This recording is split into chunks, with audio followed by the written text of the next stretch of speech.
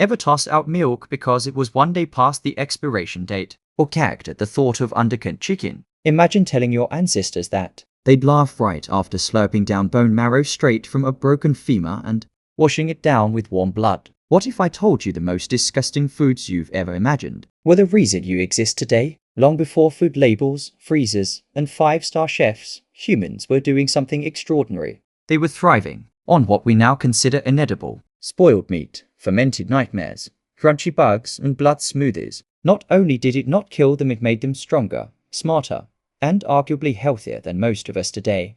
This isn't a horror story. This is human history. And buried inside these revolting meals are secrets about brain development, survival, and nutrition that modern science is only beginning to understand.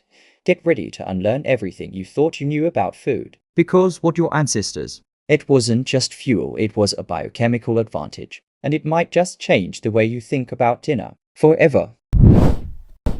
Imagine walking into your kitchen and finding a piece of meat that's been sitting out for 3 days. The smell hits you like a brick wall, that sickly sweet stench of decay. FLIs are buzzing around it, and you can actually see the surface, changing color from red to a greenish brown. Your immediate reaction? Throw it in the trash and maybe burn the whole house down for good measure. But for our prehistoric ancestors, this wasn't garbage, this was gourmet dining. And here's the thing that'll blow your mind. They weren't just surviving on this stuff, they were thriving. While you're gagging at the thought of slightly pink chicken, cavemen were intentionally letting their meat rot before eating it, and it was actually making them healthier. This isn't some made-up survival myth. Archaeological evidence shows that early humans regularly consumed what we'd consider spoiled meat. They'd hang animal carcasses in trees, bury them in snow, or store them in caves for days or even weeks before consumption. The Inuit people, who maintained these ancient practices well into modern times, have a traditional dish called ikunak, basically fermented walrus meat that's been aged for months until it's completely putrid. Your stomach is probably turning right now. But here's where it gets interesting. These weren't desperate people eating rotten food because they had no choice. This was intentional food preparation, passed down through generations because it worked. The controlled decomposition process actually digested the proteins, making them easier for the human digestive system to process. It's like having an external stomach that does half the work for you. Think about it when you eat a perfectly fresh steak. Your body has to work incredibly hard to break down those complex proteins. Your stomach produces acid, enzymes kick into overdrive, and your digestive system works for hours to extract nutrients. But when meat undergoes controlled decomposition, bacteria and enzymes have already started breaking down those protein chains into smaller, more digestible components. The science behind this is actually fascinating, even if it makes you want to lose your lunch. When meat begins to decompose under controlled conditions, not the chaotic rotting that happens in your garbage, can beneficial bacteria start breaking down the muscle fibers and connective tissues. This process, called autolysis, is similar to what happens when you marinate meat, except it's happening from the inside out. Early humans figured out that meat aged this way was not only easier to digest, but also packed with nutrients that fresh meat couldn't provide. The decomposition process creates amino acids that aren't present in fresh meat, essentially turning a regular protein source into a superfood. It's like the difference between eating raw vegetables and eating kimchi. The fermentation process creates entirely new nutritional compounds. But here's the kicker: your ancestors had stomach acid that was significantly stronger than yours. Studies show that the pH levels in prehistoric human stomachs were closer to those of scavengers like vultures and hyenas. This means they could safely consume meat that would send you to the emergency room faster than you could save food poisoning. We've actually weakened our digestive systems through thousands of years of eating cooked, processed foods. Your great-great-grandmother's stomach acid was probably strong enough to dissolve metal, while yours struggles with slightly undercooked chicken. This isn't evolution making us weaker, it's adaptation. We traded digestive power for other advantages, like being able to eat a wider variety of foods, and not having to worry about whether our dinner was trying to kill us. The archaeological record shows that early humans had incredibly robust digestive systems. They could eat raw meat, fermented vegetables, and foods that had been sitting around for weeks without getting sick. Their gut bacteria were diverse and hardy, capable of processing foods that would hospitalize modern humans. In many ways, they were walking garbage disposals, able to extract nutrients from almost anything organic. This wasn't just about survival, it was about efficiency. In a world where your next meal wasn't guaranteed, being able to safely consume aged meat meant you could store food for longer periods and extract maximum nutrition from every kill. The most mind-blowing part, this disgusting practice might have been the key to early human brain development. The easily digestible proteins from aged meat provided the concentrated nutrition needed to fuel our ancestors' growing brains. While other primates were spending most of their day chewing tough plants and raw meat, early humans were getting premium nutrition with minimal digestive effort. This efficiency freed up energy that would have been spent on digestion and redirected it to brain development. Some anthropologists argue that without this practice of controlled meat decomposition, humans might never have developed the large, complex brains that set us apart from other species. Your ability to read this right now might exist because your ancestors were brave enough to eat what you'd consider rotten garbage. Modern survival experts who've studied these ancient techniques report that aged meat, when prepared correctly, actually tastes better than fresh meat. The decomposition process breaks down tough fibers, making the meat tender and developing complex flavors. It's not unlike how we age cheese or wine. The same principles apply to meat. But here's where it gets really interesting. Some of these ancient practices are making a comeback. High-end restaurants are now serving aged meats that have been carefully controlled decomposed for weeks. Dry-aged steaks, which can cost hundreds of dollars, are essentially using the same principles our ancestors discovered thousands of years ago. The difference is, we're doing it in temperature-controlled environments with modern safety measures. The irony is thick. We've spent centuries moving away from these primitive food practices, only to rediscover them as gourmet dining experiences. That $200 aged steak you're saving up for, it's basically fancy caveman food. Your ancestors were eating premium aged meat before it was cool, and they were doing it out of necessity, not because some celebrity chef told them it was trendy. Next time you see that expiration date on your meat and immediately panic, remember that your ancestors would have looked at fresh meat and thought, this isn't ready yet, give it a few more days.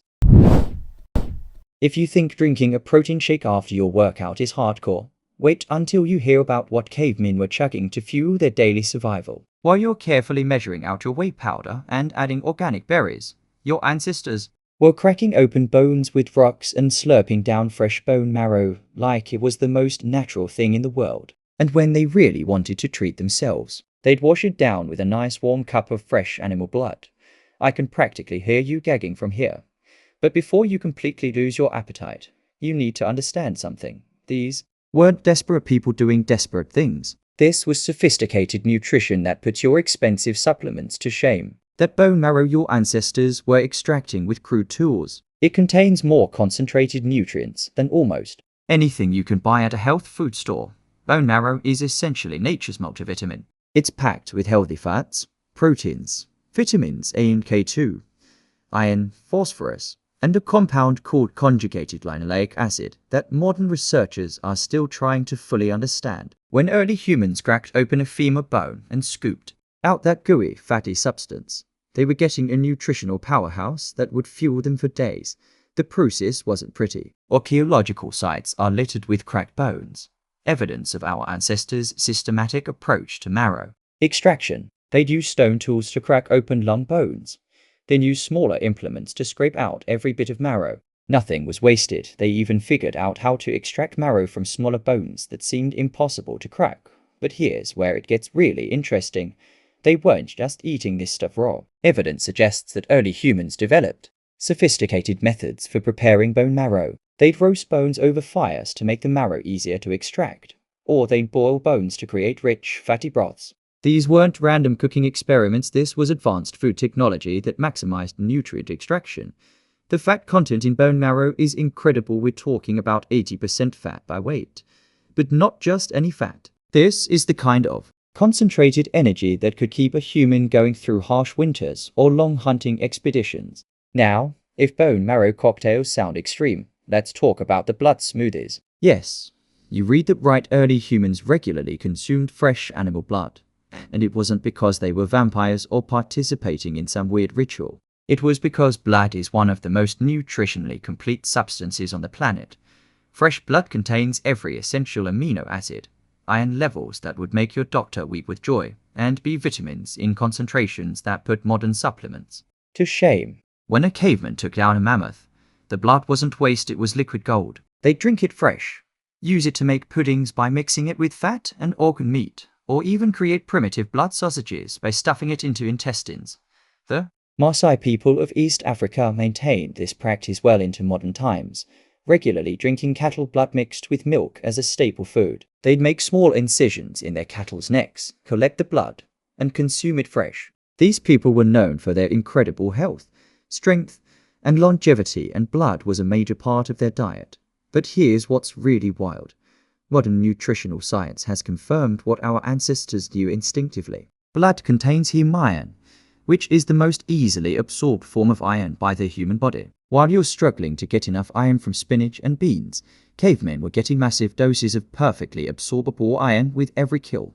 The B12 content in blood is of the charts. This vitamin, which modern vegans struggle to get enough of, was abundant in the prehistoric diet through blood consumption. B12 is crucial for brain function, energy production, and red blood cell formation. Your ancestors were getting optimal amounts of this critical vitamin, while modern humans often struggle with B12 deficiency. And let's talk about the convenience factor. When you're a hunter-gatherer and you've just made a kill, you've got fresh, warm blood available immediately. No cooking required. No preparation time, just instant, perfect nutrition. It's like having a sports drink that actually works. Except this one contains everything your body needs to function at peak performance. But here's where it gets really interesting.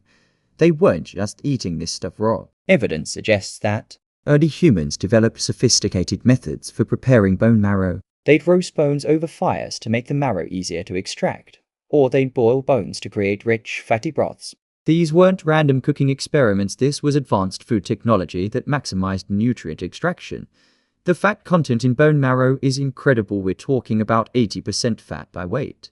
But not just any fat. This is the kind of concentrated energy that could keep a human going through harsh winters or long hunting expeditions.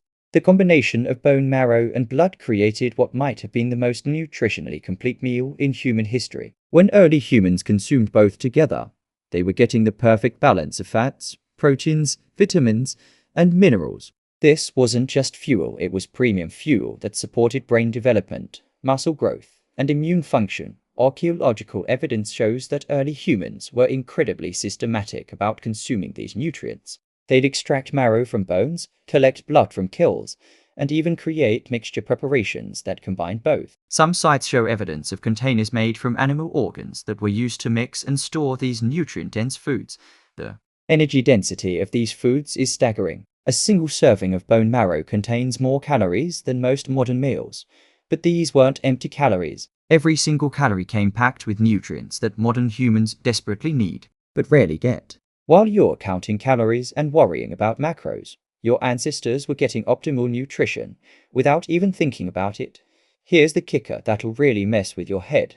Some of the most expensive health foods today are essentially trying to recreate what cavemen were getting naturally. Grass-fed bone broth, which can cost $8 a cup at trendy health food stores, is basically diluted bone marrow. Those $50 iron supplements you're taking, they're trying to replicate the iron absorption you'd get from blood consumption. The modern health and fitness industry has spent billions trying to create supplements that match the nutritional profile of what early humans were eating naturally. We've created protein powders, vitamin complexes, and mineral supplements, all in an attempt to recreate the nutritional density that was standard in the prehistoric diet. Even more ironic, the strongest, healthiest populations in human history were the ones consuming these disgusting foods regularly. The Inuit, traditional African tribes, and other indigenous populations who maintained these practices had virtually no heart disease, diabetes, or obesity. They were getting nutrition that was so complete, so perfectly balanced, that modern diseases of civilization simply didn't exist. Your ancestors were drinking liquid health while you're choking down chalky protein powder and wondering why you still feel tired all the time. But here's where it gets really interesting. They weren't just eating this stuff raw. Evidence suggests that early humans developed sophisticated methods for preparing bone marrow. They'd roast bones over fires to make the marrow easier to extract, or they'd boil bones to create rich, fatty broths. These weren't random cooking. experiments. This was advanced food technology that maximized nutrient extraction. The fat content in bone marrow is incredible. We're talking about 80% fat by weight. But not just any fat. This is the kind of concentrated energy that could keep a human going through harsh winters or long hunting expeditions. Okay, take a deep breath because we're about to dive into the crunchiest chapter of prehistoric dining. While you're carefully picking the occasional ant off your sandwich and calling it a day ruined, your ancestors were actively hunting down insects like they were gourmet delicacies. And honestly, they were onto something that puts your protein bars to shame. Picture this. A caveman wakes up hungry, looks around, and spots a fallen log crawling with fat, juicy grubs. Your reaction would be to run screaming in the opposite direction. Their reaction? Breakfast is served. They'd flip over that log, grab handfuls of larvae, and start crunching away like they were eating the prehistoric equivalent of trail mix. But here's what's going to blow your mind. Those gross insects were actually nutritional powerhouses that make your expensive protein supplements look like candy. A single handful of grasshoppers contains more protein per gram than beef, chicken, or fish. We're talking about 20–25 grams of complete protein per 100 grams of insects. Plus, they're loaded with iron, calcium, and B vitamins. The archaeological record is full of evidence that early humans were sophisticated insect hunters. They didn't just grab whatever bug they could find. They knew exactly which insects to target and when. They understood seasonal patterns, knew which larvae were the most nutritious, and had developed tools specifically for insect collection. Termites were like hitting the jackpot. These tiny insects are 38% protein and contain all essential amino acids. When early humans found a termite mound, it was like discovering a fast food restaurant that actually served healthy food. They'd use sticks to fish out termites, or they'd time their visits to coincide with termite swarming seasons when thousands of these protein-packed insects would be easily accessible. Caterpillars were another favorite. The large, fat caterpillars found on certain trees could provide a complete meal's worth of protein in just a few bites. Some caterpillars contain up to 28% protein by weight. Plus, they're loaded with healthy fats that provided sustained energy for long hunting expeditions. Your ancestors weren't eating bugs because they were desperate. They were eating them because they were smart. They recognized that insects were efficient, sustainable, and incredibly nutritious protein sources. The variety of insects in the prehistoric diet was staggering. We're not talking about accidentally swallowing a gnat. This was systematic consumption of dozens of different insect species, each selected for specific nutritional benefits. Grasshoppers and crickets were the popcorn of the ancient world, crunchy and satisfying with a nutty flavor that many modern insect eaters describe as actually delicious. Beetle larvae were the premium protein option. These fat, white grubs found in rotting logs were like finding a steak dinner. They're incredibly high in protein and fat, providing the kind of sustained energy that could fuel a hunting expedition for days. Some beetle larvae contain up to 40% protein and 30% fat. That's better nutritional density than most modern foods. Ants were the multivitamin of the insect world. Different species provided different nutrients, and early humans knew exactly which ones to target. Certain ants are loaded with iron, others with calcium, and some with vitamin C. They'd systematically harvest different ant species to ensure they were getting a complete range of nutrients. But here's where it gets really interesting. Early humans figured out how to prepare insects in ways that actually improved their nutritional value. They'd roast them over fires to make them easier to digest, or they'd grind them into powders that could be mixed with other foods. Some evidence suggests they even figured out how to ferment certain insects to create protein-rich pastes that could be stored for later use. The seasonal timing of insect consumption was crucial. Early humans understood that insects were most nutritious at specific times in their life cycles. They'd wait for caterpillars to reach peak fatness before harvest, or they'd time their ant collection to coincide with reproductive seasons when the insects were at their most nutrient-dense. Modern nutritional science has confirmed what our ancestors knew instinctively. Insects are incredibly efficient protein sources. It takes 2,000 liters of water to produce 1 kilogram of beef, but only 1 liter of water to produce 1 kilogram of crickets. The protein conversion efficiency is mind-blowing. Insects convert plant matter into protein at rates that make traditional livestock look incredibly wasteful. Here's the part that'll really mess with your head. The global insect protein market is now worth billions of dollars, and it's growing rapidly. Companies are spending millions to create cricket protein bars, grasshopper flour, and other insect-based foods that are being marketed as revolutionary new superfoods. Your ancestors were eating these revolutionary foods thousands of years ago and getting better nutrition than most modern humans. The sustainability aspect is incredible. While modern agriculture is destroying the environment to produce enough protein to feed the world's population, early humans were harvesting protein sources that actually improved ecosystem health. Insects reproduce quickly, require minimal resources, and their harvesting doesn't damage the environment. In fact, it often helps maintain ecological balance. The nutritional completeness of insects is something modern food science is still trying to fully understand. Many insects contain all essential amino acids, healthy fats, fiber, and micronutrients that are difficult to find in modern diets. Early humans who regularly consumed insects were getting nutritional diversity that puts our modern diets to shame. Even more fascinating is the preparation methods that early humans developed. They figured out how to remove the hard outer shells from certain insects to make them easier to digest, how to cook them to eliminate potential pathogens, and how to combine different insects to create nutritionally complete meals. This wasn't random bug eating, this was sophisticated food science. The energy return on investment was incredible. The amount of energy required to collect and process insects was minimal compared to hunting large game, but the nutritional payoff was enormous. A few hours of insect collecting could provide enough protein to sustain a person for days. Modern survival experts who've studied these ancient techniques report that insects are actually quite tasty when prepared properly. The crunchy texture and nutty flavors are surprisingly appealing, especially when you consider that you're eating some of the most nutritionally complete foods on the planet. Your ancestors were eating sustainable, complete protein sources while you're worried about whether your protein powder is organic. They were getting optimal nutrition from foods that required minimal environmental impact, while we're destroying the planet to produce inferior protein sources. If you think that yogurt you bought at the grocery store is doing wonders for your gut health, wait until you hear about what your ancestors were fermenting in caves and buried pits. While you're carefully checking expiration dates and throwing away anything that looks slightly questionable, cavemen were intentionally creating foods that were so fermented, so bacteria-laden, that they would make your expired yogurt look like sterile hospital food.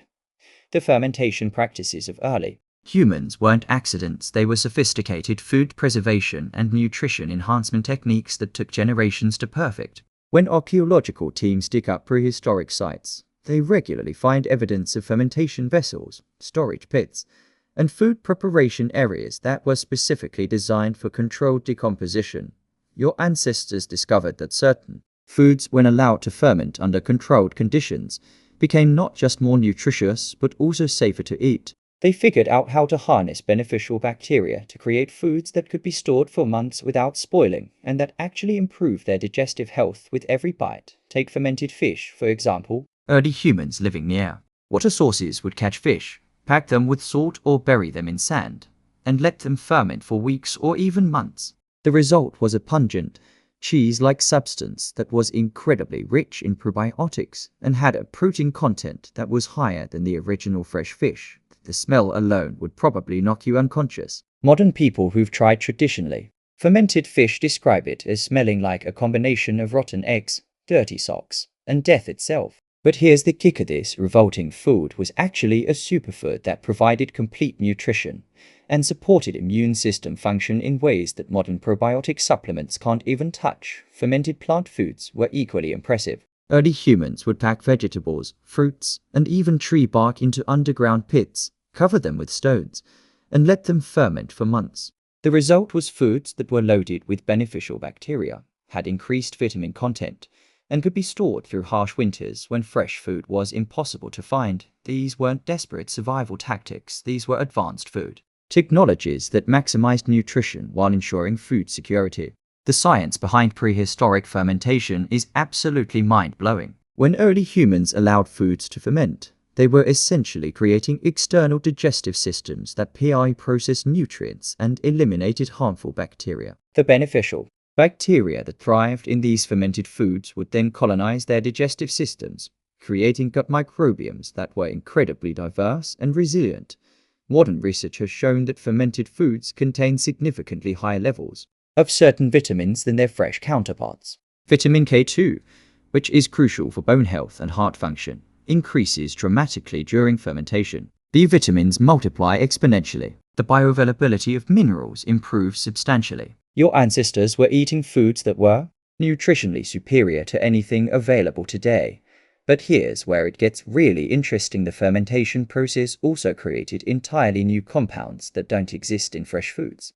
Certain fermented foods contain natural antibiotics that helped early humans fight off infections. Others contain compounds that support liver function and detoxification. These weren't just preserved foods, they were medicine. The diversity of fermented foods in the prehistoric diet was staggering. Different climates and environments led to different fermentation techniques. Arctic populations fermented seal meat and fish. Forest dwellers fermented nuts, berries, and tree saps. Coastal communities fermented seaweed and shellfish. Each group developed fermentation methods that were perfectly adapted to their local environment and available resources. The fermentation containers themselves were ingenious. Early humans used animal stomachs, tree bark containers, and underground pits lined with specific types of clay that encouraged beneficial bacteria growth while preventing harmful bacteria from thriving. They understood that different materials would create different fermentation environments, leading to different nutritional outcomes. One of the most impressive aspects of prehistoric fermentation was the timing.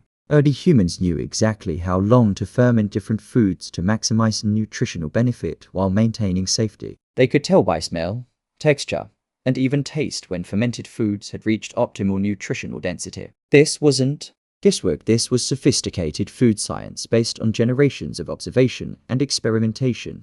The probiotic content of these fermented foods was incredible. Modern analysis of traditionally fermented foods shows bacterial counts that are orders of magnitude higher than commercial probiotics. We're talking about trillions of beneficial bacteria per serving, creating gut microbiomes that were incredibly robust and diverse. Here's the part that'll really blow your mind.